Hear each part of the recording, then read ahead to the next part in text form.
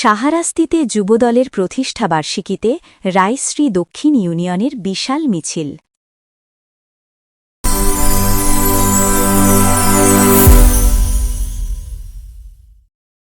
চাঁদপুরের সাহারাস্তি উপজেলা পরিষদ প্রাঙ্গণ রোববার বিকেলে যেন পরিণত হয় তরুণদের মহাসমাবেশে।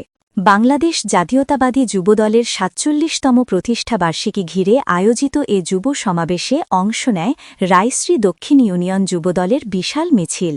ইউনিয়নের সভাপতি মাহবুব আলম ও সাধারণ সম্পাদক মোহাম্মদ রবিউল আউয়ালের নেতৃত্বে অজস্র কর্মী নিয়ে বিকেল ৩টার দিকে মিছিলটি উপজেলা প্রাঙ্গণে পৌঁছায়। হাতে ছিল যুবদলের পতাকা, ব্যানার ও স্লোগান সংবলিত প্ল্যাকার্ড। মিছিল শেষে এক সংক্ষিপ্ত বক্তৃতায় যুবদল নেতা রবিউল আউয়াল বলেন, আমরা রাজনীতিকে পেশা নয়, দায়িত্ব মনে করি।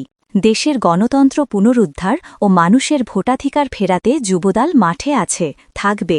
লায়ন ইঞ্জিনিয়ার মমিনুল হকের নেতৃত্বে আমরা ধানের শীষের পক্ষে নিরলসভাবে কাজ করছি। সময় এসেছে তরুণদের রাজনীতিতে সক্রিয় হয়ে দেশের ভবিষ্যৎ নির্ধারণের। সভাপতি মাহবুব আলম বলেন, যুবদল শুধু একটি রাজনৈতিক সংগঠন নয়, এটি তরুণ প্রজন্মের নৈতিক ও দেশপ্রেমিক চেতনা জাগ্রত করার প্ল্যাটফর্ম।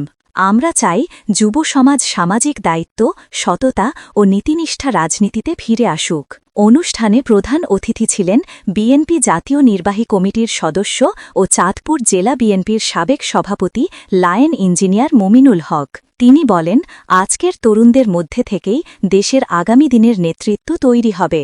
যুবদল যদি আদর্শে অটল থাকে তবে গণতন্ত্রের লড়াই জিতব আমরা। স্থানীয় রাজনৈতিক বিশ্লেষকদের মতে সাহারাস্তিতে দীর্ঘদিন ধরে বিএনপি ও এর অঙ্গ সংগঠনগুলো সাংগঠনিকভাবে কিছুটা নিস্তেজ ছিল।